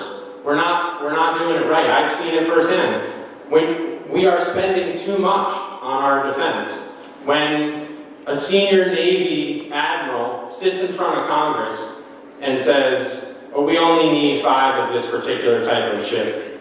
I'm an expert in this. And the congressional delegation says, no, we think you need 10. No, we really, trust me, I've done the analysis, we only need 5. No, you need 10. This is how we get into the situation that we're in. And for too long, the Democrats have not had a leader and a voice, or enough of them, on these issues. But I think it's time, given what's happening in the world, for us to do more of that, and I'm excited to do that.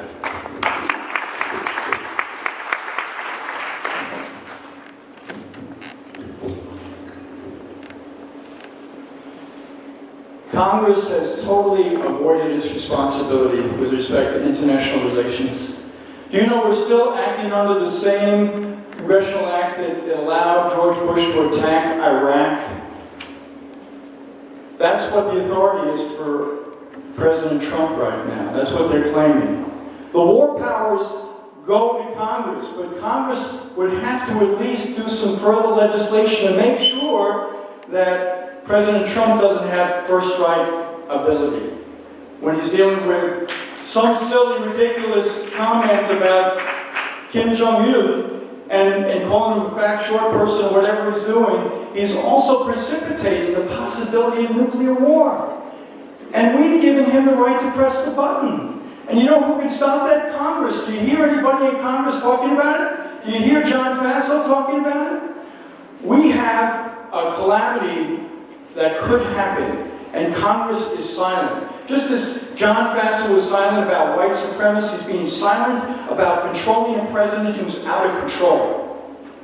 We have a disaster waiting to happen if we don't act in responsible ways. We have lost the right to lead this world, this free world. America First is ridiculous. It's made us weaker. We've cut the State Department by 30%. The strength of us in the world is the ability to relate to other countries and to have their trust and to have their good faith and to act together.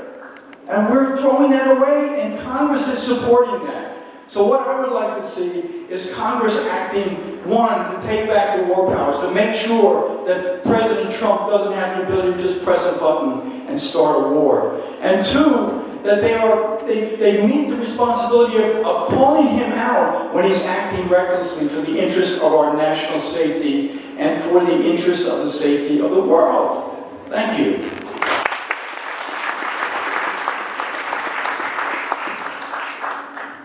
As mentioned, in 1988, my older brother and best friend was killed in the bombing of Pan Am Flight 103 over Lockerbie, Scotland. When your older brother is killed for being an American, it changes who you are.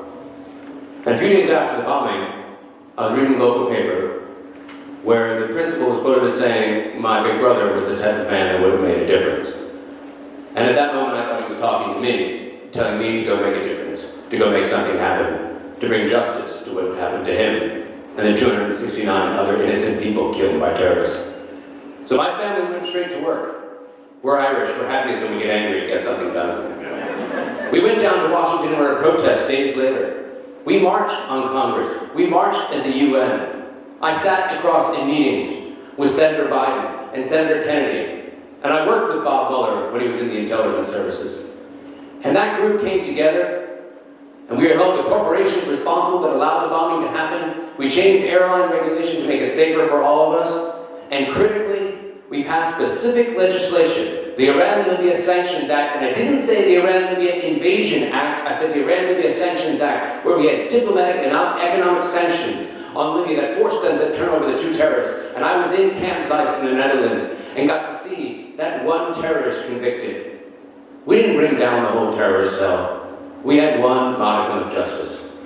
And through that experience, I learned what it means to advocate and fight for national security and counterterrorism, to not only protect victims, but to make us all safer.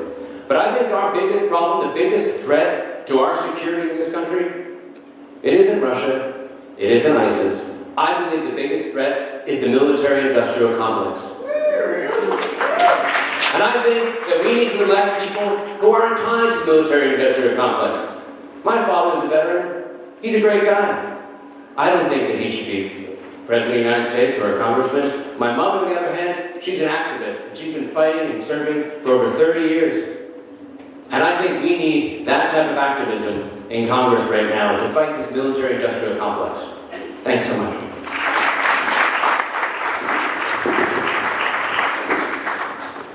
What are the three most important issues in Columbia County, and how will you address them? One story I keep hearing over and over again as I travel here in Columbia County is the opioid crisis. I hear it from so many parents who have lost children and were paying for their children's treatment from the opioid crisis. And what Peter Volkman has done in Chatham has been so inspiring to me, and I think inspired all of our county. I know we didn't get the result we wanted, Well, what Peter has done in Columbia County, where it is a community-based process, where the stigmatization is not there, I think is what we have to do across this entire district and frankly across the United States, where there's more funding, where there's not just government involved, but there's also community partners that are involved and law enforcement involved. It's so, so important. Number two, I think it has to be job creation. It's so important that we do everything we can to keep our young people here. Now, I know a lot of folks who have jobs here, but they're not the kind of job, they're jobs in retail, they're jobs in some of the malls. They're not the kind of jobs that the other generations have had in terms of manufacturing and things like that. We have to fight tooth and nail to make sure we're creating the type of environment to attract job growth. Columbia County, here we are in the Hudson Valley, not that on the Amtrak line from New York City. We have the worst broadband in New York State. Worse than some of the counties in the Adirondacks, where the high peaks are. What's up with that? I know from working in state government, you can run fiber optic cables in rural areas. It's not that difficult. It takes money, it takes investment. Doreen is nodding, because we know that we're doing it in the Catskill Mountains. That's how we do it, and that's how we create the type of environment where entrepreneurs aren't going to Boulder, Colorado. They're not going to Ann Arbor. They're coming here to Columbia County while keeping our young people here in upstate New York. Do I time for number three? The third issue I think which is very, very important is the healthcare crisis. I think there's so many folks and small businesses here who cannot make ends meet because of the cost of healthcare. And we have to fight tooth and nail to make sure that we're doing everything we can to lower the cost of healthcare in these communities. And that answer, as I said before, Medicare for all. Thank you. So I spoke a little bit about what I think in terms of the first issue I want to address, which is opportunity, economic development, job creation. I think it's important that we find creative ways to create opportunities for folks all across Columbia County. The biggest employer are hospitals in this area, so obviously cutting Medicaid doesn't help John Faso. But I think part of the solution too is thinking about how to leverage things like the DRI that just happened, the $10 million that came through, and thinking about the ways in which we can create affordable housing, create opportunities for people on the ground here to have usable spaces to engage and build and invest locally. A lot of times what happens with these types of grants is that folks from the outside come in and sort of dictate the terms and tend to push the local folks in these communities out of the conversation. I think we have to push back against that and make sure that opportunities are created locally through grant programs that are happening like the DRI. I think another big one is critically the opioid epidemic. I remember growing up when the crack epidemic was a real thing. And I'm sad to say that back then, we didn't talk about decriminalizing it. We locked a lot of kids up who were strung out. But I'm happy now that we've turned the corner on this issue. And that there can be real efforts into funding drug treatment centers and decriminalizing opioids. I do believe that, again, when you cut Medicaid, you cut the drug treatment center funding. So when the Republicans talk about, want to decriminalizing it, they don't do themselves a service when they go and pull money out of the very thing that would actually do that. The last thing, healthcare, of course, being critical. I've talked about that as well. We got to make sure that folks have jobs around healthcare, but also are getting affordable, quality healthcare on the ground. Thank you. So, as I've been going around Columbia County in particular, there's actually a lot of commonality to what I'm hearing in the rest of this massive district, the 19th. People want to be secure in their health, and they want to be secure in their ability to provide for their family. Those are the two core things I keep hearing over and over. And there are a lot of different policy solutions to get to addressing those, that some of which we've talked about. But I think as we think about our message as a Democratic Party, and specifically in this district, we've got to be focused on what are those visceral issues that we're hearing over and over from people. Those stories of people who are working 2, 3, 4 jobs, and they're not even then able to save up enough money to pay for their kids to go to college, and that cost keeps going up. On healthcare, we all have aging parents and relatives. A lot of us have family or friends who are suffering from a pre-existing condition or some disease that they had no choice over. They have to be secure and know that we're going to take care of them, that our community here is going to take care of them on those issues.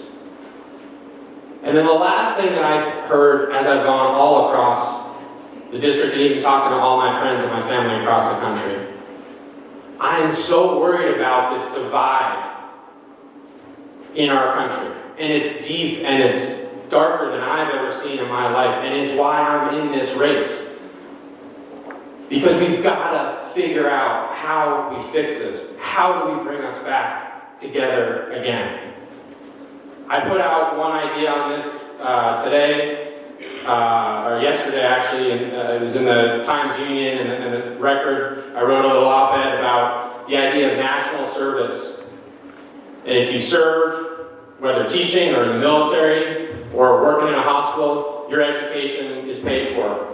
I invite you to read that. It's out. Copies of it are out in the lobby. I think that could be a great way to both fix our economic issues and many other policy issues, but also really bring us back together again. Sorry, I went over time.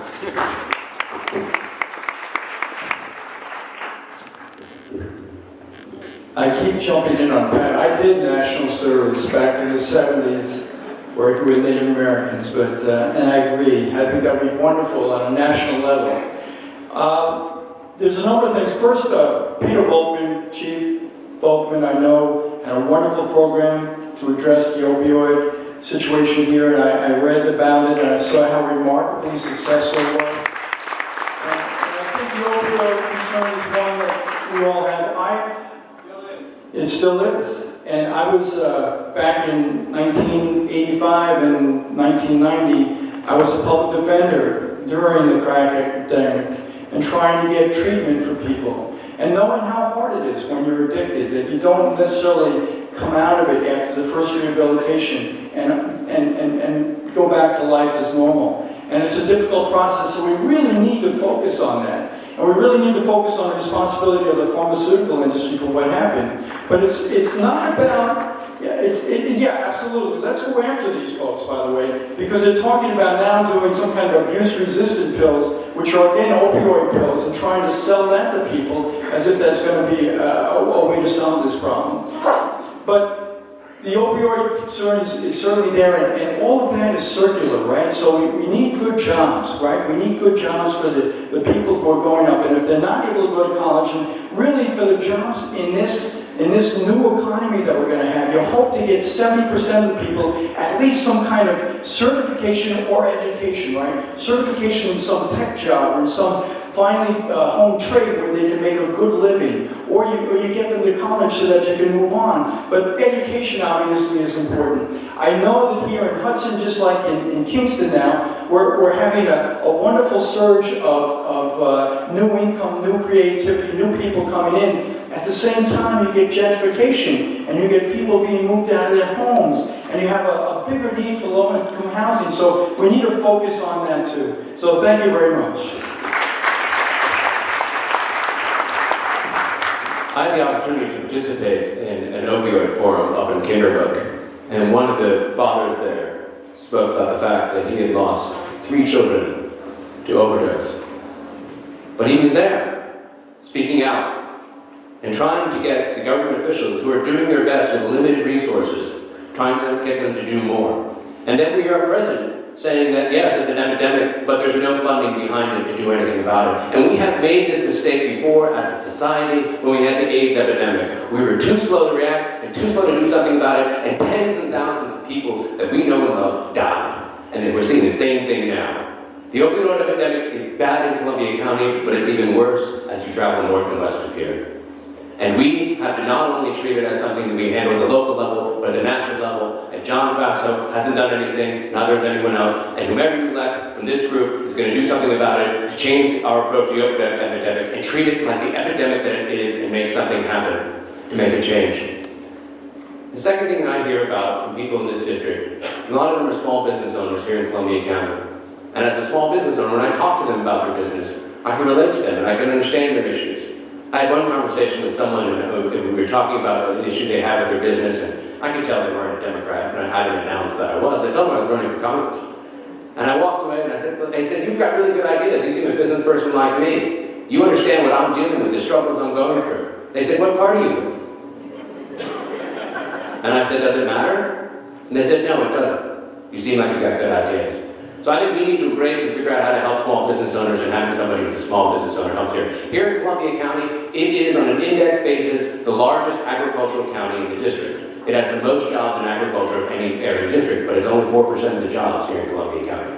Right? We have to figure out how to invest in small agriculture and grow those jobs and enable them more and more to make things happen. And then the last thing that I would say that's critical here is healthcare. We're lucky to have Columbia Green Community Hospital. But we've got to figure out how to do Medicare for all and to subsidize and enable Columbia Green Hospital to stay and continue to serve this community. Thank you.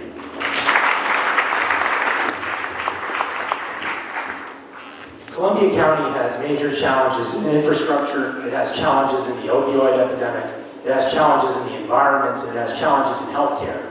But before you get overwhelmed, they all happen to have a similar root, and that's corporate power in our society. When I've been out there talking to people about infrastructure, I think a lot of you probably get your broadband through Mid-Hudson Cable, pay through the nose, and you still get bad service. You know why that is. It's a large monopoly that has no incentive to do a better job. When you talk to people about the opioid crisis, for which 2 people's lives were just saved here just the other day, you find out that the pharmaceutical industry is actually hooking people on more addictive opioids because they can get away with it, when they could actually be providing treatment through other drugs that are not as addictive. This is good for business. When you look at our environmental crisis in this area, you realize that big business is at the root of that too. Go ahead and try to get the Hudson River cleaned up when you have to face down General Electric and you have to face down corporate interests that have a stranglehold on our politics. And lastly, healthcare. I held a forum recently at Red Dot in Hudson, where an important local doctor here told the group of people that had come to assemble that she's not even able to provide the care she wants to because she's so overwhelmed by the bureaucracy that she is laboring under, which incidentally sucks up all of the money, which goes to executive salaries and executive compensation and not to good care. The good news is we can break through to the other side on this. I knocked on a door in Columbia County recently in Germantown. A man answered it and told me that he was a proud deplorable. But he was willing to talk to me because he asked me, did you move here from New York City to run? And I said no, because believe me, it's a deal breaker for most of the people here. Do you work here with your family? I do. I'm a 2-income family here in the district. Are you tied to corporate America? No, I'm not. I'm not taking their donations, and I'm fighting a grassroots campaign against them. Then we talked about the fact that John Faso was a corporate bribed stooge of interests outside our district, and this proud deplorable took my sign-in sheet and became a volunteer.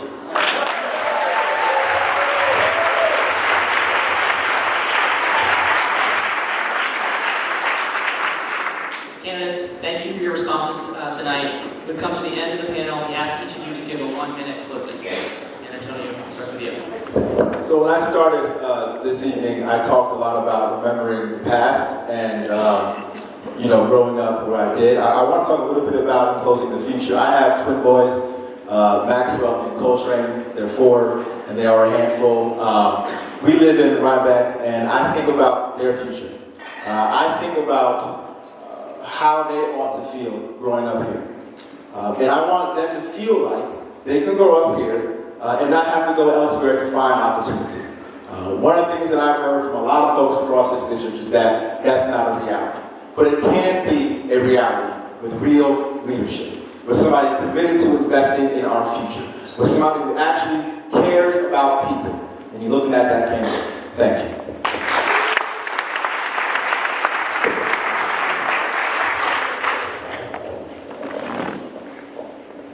This is serious, serious stuff.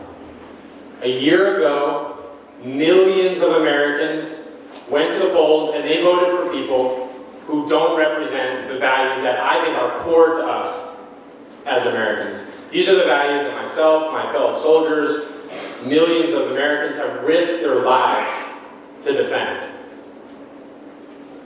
How did we get here? I feel like we're in this nosedive as a country, and it's going to take all of us, I think, coming together and pulling up on the throttle together to actually right us again. But I think we can do it, and there's so much at stake. There's 60,000 people here whose health care hangs in the balance, thousands of families who are working hard but can't make ends meet.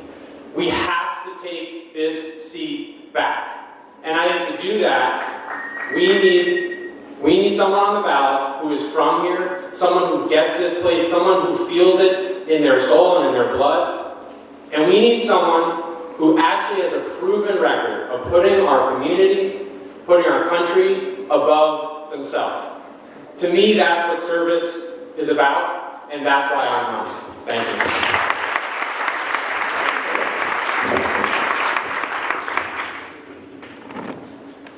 We are fighting for the soul of America. We are now a government of the corporation, by the corporation, and for the corporation. Every vote that John Faso and the Republican Congress make is supporting the wealthy, the ultra-wealthy, and the big corporations. And they're powerful. And how do you deal with power?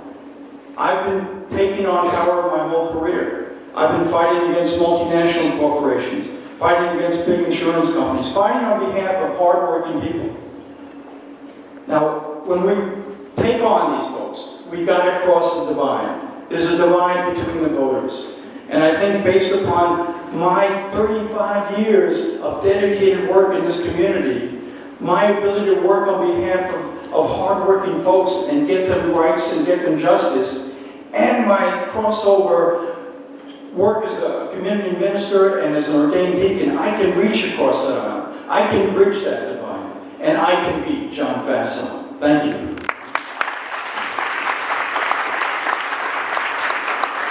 I'm the grandson of 4 Irish immigrants, one of whom was a bartender over in Leeds, so I'm third generation Greene County. These grandparents taught me what it means to be a Democrat. They taught me it was the Democratic Party that raised them up from the tenements, that enabled them to educate their children, to get health care, to get a decent job with a decent wage. The Democratic Party that enabled them to grow old with grace, to be protected from discrimination, to serve their country. That's the Democratic Party that I've always known. And to me, to be a Democrat is to be a progressive Democrat. Full stop. When I look at my grandparents and what they taught me, I was very close to my grandmother. She said to me, it was the 1992 election, and I said to her, so who are you going to vote for? And by the way, she always voted for a Democrat. And she said to me, I know, I'm going to look at the issues and decide after I look at the candidates and decide which I'm going to vote for. I said, that's not true. You're going to vote for the Democrat. You always vote for just no, I may not this time. I might try something else. And I said, you know what? If Jesus Christ himself was running as a Democrat, was running as a Republican, you wouldn't vote for him. And she paused. And she said, well, why would he go with switching his party like that? Thank you for coming out tonight. Thank you so much for all your activism and support.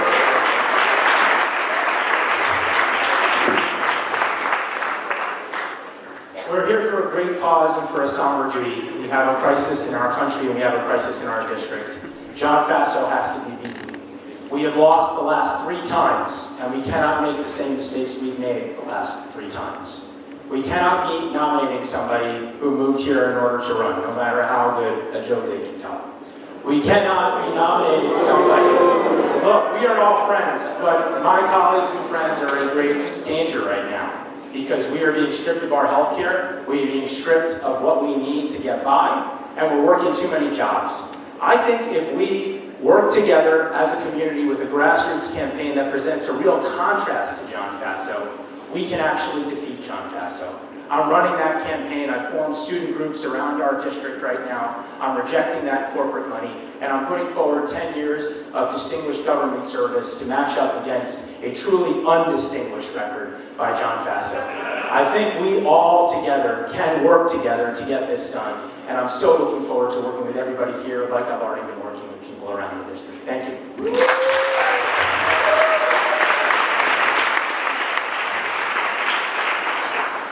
I was out in Red Hook a couple of weeks ago with one of our local candidates, one of Elisa's wonderful county legislative candidates. We were all just late at night, we were walking up the driveway, hear all the dogs barking, every pickup truck with the Make America Great Again sticker, and the county legislative candidate goes to me, we see blue dogs on TV inside, says, maybe we don't knock on this door.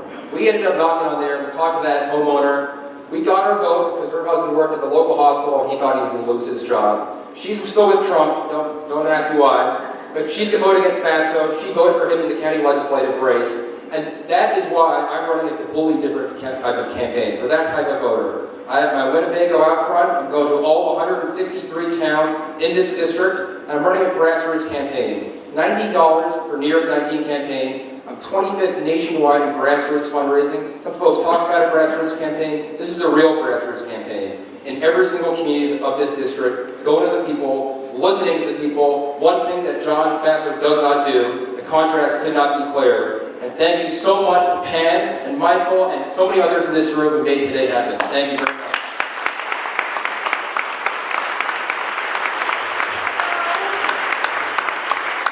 We made it just in time. It's only 10 after 5. I want to say that I feel better. I don't know about you all.